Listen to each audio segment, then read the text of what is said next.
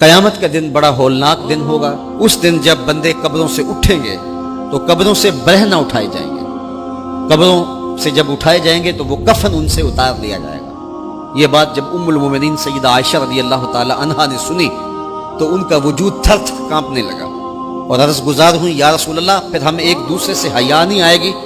فرمایا عائشہ معاملہ اس سے بھی آگے ہے۔ مطلب کیا؟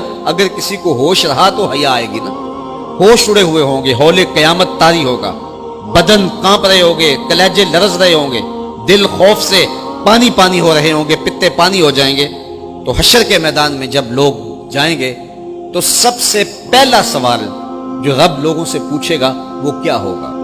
صحیح حدیث میں آتا ہے ان اول ما یحاسب بہ العبد بصلاته۔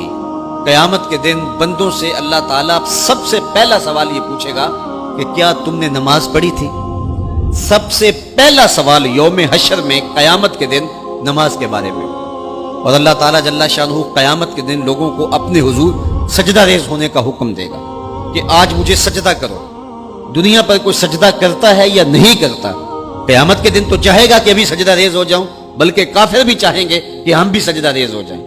جب اللہ کی طرف سے سجدے کا حکم ہوگا تو بتوں کو سجدہ کرنے والے بھی سوچیں گے کہ آج ہم رب کو سجدہ کریں کہ اس کے حکم کی تعمیل ہو جائے، لیکن سجدہ کرنا چاہیں گے تو بے نمازیوں کی کمر اکڑ جائے گی۔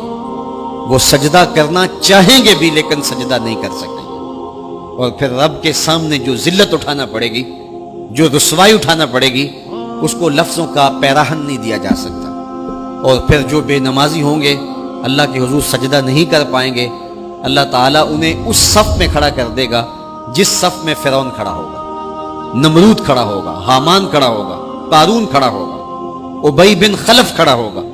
دشمنان خدا جس صف میں کھڑے ہوں گے بے نمازی کو اس صف میں کھڑا کر دیا جائے گا۔ میری لمبی تقریر نہیں، میں یہ آپ سے پوچھتا ہوں اور اپنے آپ سے پوچھتا ہوں، کیا ہم یہ گوارا کرتے ہیں کہ حشر کے دن ہمیں فرعون کے ساتھ کھڑا کر دیا جائے؟ کیا یہ ہم گوارا کرتے ہیں کہ حشر کے دن ہمیں نمرود کے ساتھ کھڑا کر دیا جائے؟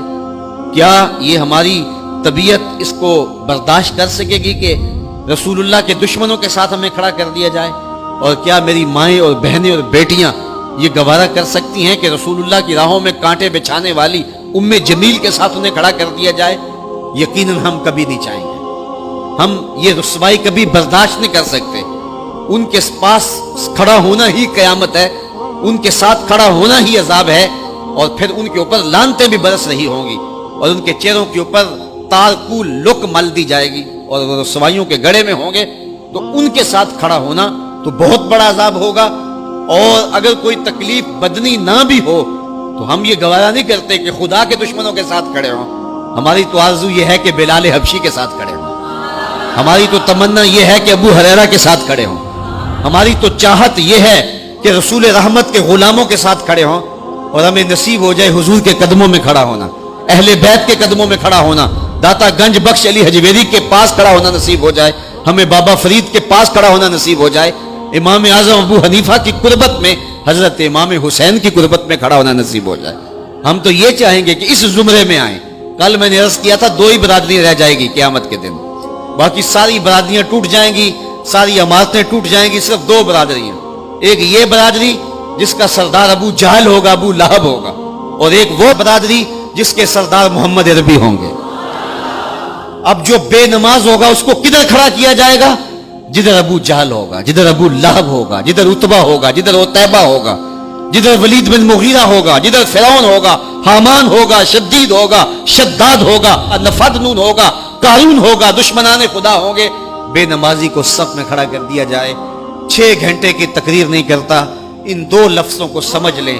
کیا ہم گوارا کر سکتے ہیں کہ اس صف میں نہ کھڑے ہوں جس صف کی امامت رسول اللہ کر رہے ہوں، بلکہ اس صف میں کھڑے ہوں جہاں فرعون کھڑا ہو، نمرود کھڑا ہو، حامان اور قارون کھڑا ہو؟